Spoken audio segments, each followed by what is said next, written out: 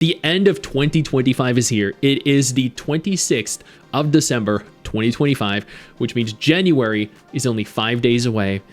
And I want to go over some of the biggest gacha failures, catastrophes, fumbles of 2025. If you're looking for a new gacha game to play, then I have a video right here titled Every Upcoming Gacha Game Releasing in 2026 and Beyond that includes 38 upcoming gacha games that you should be on the lookout for, because these are games that are going to be releasing at some point in 2026.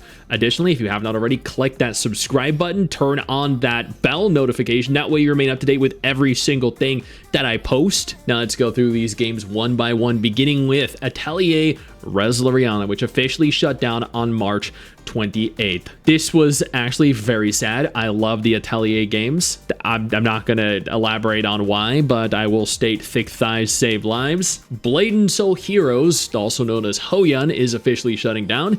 The game launched back in 2024, which means that's a little over a year old, at least in Asia. The English global version of the game has not announced they're shutting down yet, but I'm assuming they will, because inevitably, since the Korean version of the game is the main version of the game, when the global version catches up to the Korean version, well, they're gonna have no content left. With this in mind, they do have a finite life now for global. Anyone that looks at this and thinks to themselves, I'm fine, we're okay, yeah, they are very high on copium. This is actually very sad to see, and what's even worse is that global has not made any kind of note that they are going to be shutting down at the same point. They're leading people to believe that the game is going to remain even after reaching this same point. Velvet React is officially shutting down. This is a game that went completely under the radar. I don't know anyone, absolutely anyone, that played this game. Senran Kagura New Link is shutting down on May 30th. I've tried multiple times to do videos on Senran Kagura games, and my videos just get immediately hit with that little red money icon, because they don't want people looking at the hot characters in the game. This, though, lasted 7.5 years, though. God damn, that's impressive. Victory Bell Ship Girls is officially shutting down. This is a game that I actually don't think many people knew about either. There was some relation to Azure Lane, but ultimately Azure Lane succeeded and this game didn't. Tepen is shutting down on March 30th, 2026. This was just announced a few days ago. They also confirmed that an offline version was going to be available. This is not actually a catastrophe. This is not a fail. This is a win. More gacha games should definitely do this, allowing for an offline version to remain present for people to continue to log into and play and consume and kind of reminisce over is a great direction, and it instills a level of faith and trust in a studio that other gacha games just don't do or care to do. Fellow Moon, China announces end of service. We probably won't get global version. Now, this is actually the biggest disappointment of the freaking year. I have been hyping this game for years because it just looks so goddamn good, and then out of nowhere, they're just like, nope, too bad. Global doesn't get it. Nobody else gets it, and it's gone. I absolutely freaking gutted. Tribe 9 officially announced end of service. This was actually a big one.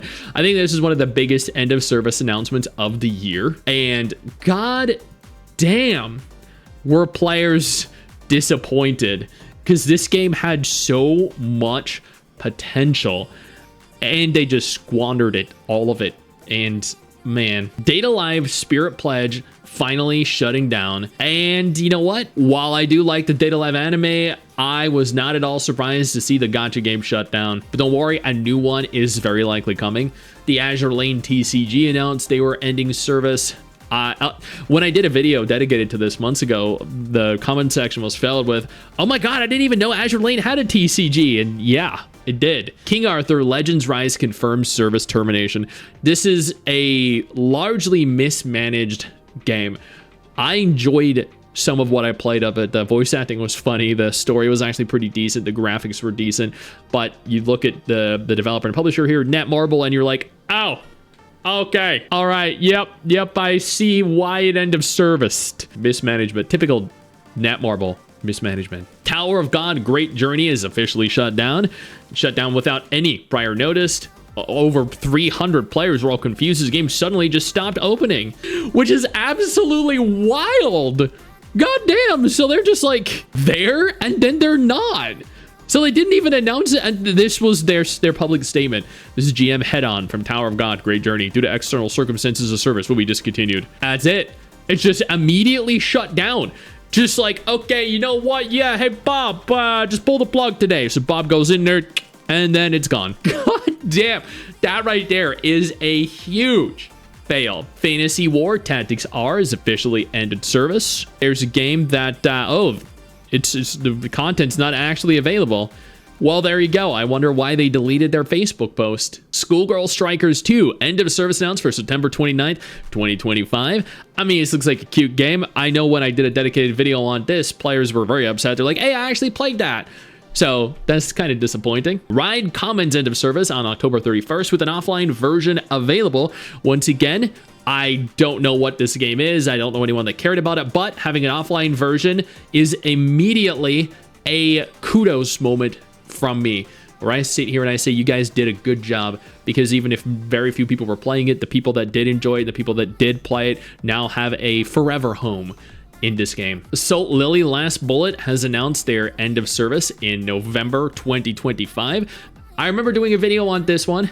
I remember saying that I didn't anticipate it doing too well long term, and it didn't do too well long term. In a shocking turn of events, the official tweet was deleted.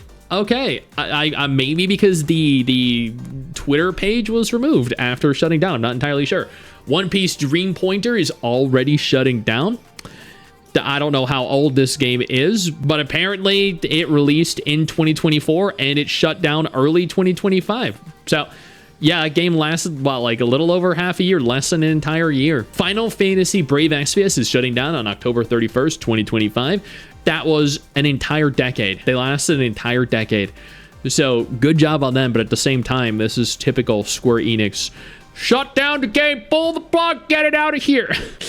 Every Square Enix gacha game. Ragnarok Origin officially confirmed they are shutting down on March 31st, 2026. I don't know anyone that really cared about this. Yeah, another mobile sequel to a beloved classic that didn't last as anyone's surprise. Milking the property dry. Oh no. Anyways, every single Ragnarok spin-off pretty much goes the same way. They release the game. They, players spend in it for a couple months. And then, you know what happens? They shut down just as fast as they came out, because they're all relatively mediocre. I wouldn't say bad, just kind of mid games. And a mediocre game in this economy, this gacha economy, is not going to do well. Yo, I don't mean to interrupt the video, but I need to take a moment here to thank all my incredible patrons over on Patreon whose support continues to allow for me to do regular videos like this every single day on this channel. Thank y'all so much, including our YouTube channel members. You guys mean the world to me. So do you guys as viewers as well. Now, without further ado, let's continue. Sword Art Online Variant Showdown is shutting down on October 30th. An update on the offline version. I think it's great that several different gacha games are offering offline versions of their games, and for every Sword Art Online gacha game that shuts down, a new one will inevitably open up to take its place. Black Beacon has gone end of service. I think this is probably the biggest disappointment of the year and the biggest catastrophe of the year. It released, it shut down the same year it released, and that's just largely because of mismanagement. They gave China so much more than global got. They showed a lot of favoritism. They decided to go back on that and then reward global players after they lost a lot of the faith from the global audience. And then with the release in China, they continued to update China, and China then got a version of the game that global had been waiting for, and then is going to, in theory, continue to get updated, whereas global isn't until China goes end of service too, because looking at their revenue and the general reception from players, it's really not very good. But this game right here should be studied as to what not to do as a new game. Midnight Girls is officially shutting down on June 12th, 2025. Oh my God, some of those characters are insane. I don't know what this game is, though. I've never heard of it before, but you probably haven't either. Black Clover M, Rise of the Wizard King, officially announced their end of service, shutting down on August 21st. I played some of this game, and I didn't actually think it was very bad at all. I never really watched the Black Clover anime series. Like, I watched some of it, and it was okay. Wasn't really a big fan of it. But the game, as someone that, didn't really enjoy the anime, was okay. And then interestingly enough, I think this is the funniest part of the entire thing. Black Clover Mobile, after shutting down, is already making a comeback under a different developer, under a different publisher, and you're gonna have to spend everything that you spent in the original version of the game all over again. So if you got all your favorite SSR heroes here, you don't have any of them here, but you're gonna have to pay for them all over again if you want to play the new version. That is one way of maximizing your revenue, getting maximal bang for your buck as a studio anyway, not as a player. As a player, you're getting royally screwed, but the studio was like, yeah, let's just re-release all the stuff that was already released and make a fortune from stupid players. God damn, dude. It's just, oh, that is probably one of the dumbest things I've seen the entire freaking year. Miss Sequence officially shut down on May 27th. This was another kind of interesting one. I never got to play it, the Chinese version. We also never got a global version, but I was also kind of looking forward to that one. It seemed kind of dark and interesting. My Heroes Dungeon Raid announced their end of service on January 8th, 2026. This is I mean, that's a game. I've never heard of it before, but I mean, it's shutting down. Re-Oath is officially shutting down November 27th, 2025, or has shut down now as of November 27th. Looks like it had cute characters. It looks like it was also only available in Japan. So, I mean, that makes complete and utter sense. Japan released gacha games, people spend millions of dollars in them, and then they shut down very quickly because they don't have the appeal of a global gacha game. They don't have the reach of a global gacha game either. Danmachi Battle Chronicle announced their end of service.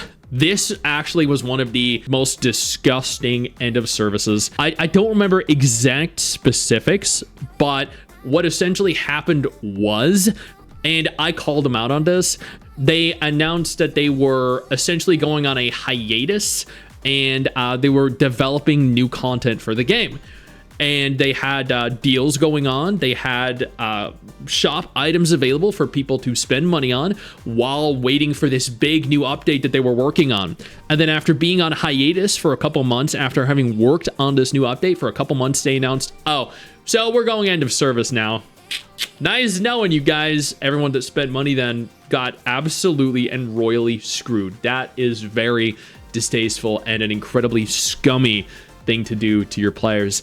I would not trust this dev or this publisher ever again, but I know people are going to anyway because they're stupid. And then finally, this isn't related to any shutdowns, but Infinity Nikki, Black Beacon, Ethereal Restart, Girls Frontline 2, Cell Sora, they were all embroiled in a lot of drama this year. Infinity Nikki, oh my god, I think they were probably in the worst. They retconned the story. They used AI for translations. They altered outfits or the abilities on outfits even after people spent money on them. Pretty much every update from 1.5 was an absolute catastrophic failure, and it constantly declined in terms of revenue.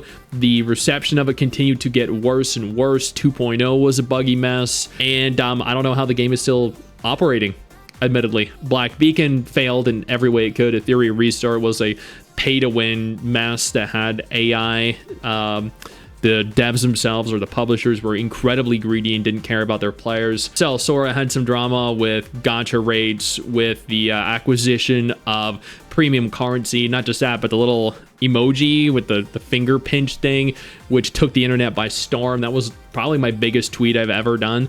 Every major news outlet was covering it. YouTubers with millions of subscribers were all covering it. Girls Frontline 2 with their Klukai skin drama, where players were boycotting it in China. Then the dev team Mika brought them in to their official office. They told them their concerns, and then Mika within like an hour or two had an official, maybe it was a little longer than an hour or two, it was the same day, had this entire infographic detailing all the changes that were being made, which could not have been done, by the way, within the several hour period between the meeting and then the publishing of this infographic online. And it was essentially just a big, middle finger to players, and ultimately ended up with a lot of players being upset.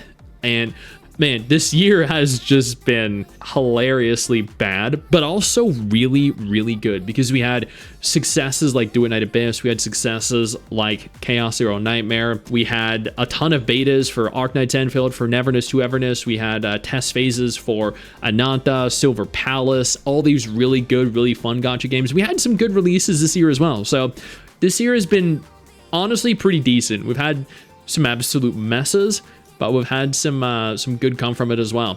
2026 is looking like it's going to be even better, because there's even more competition on the horizon.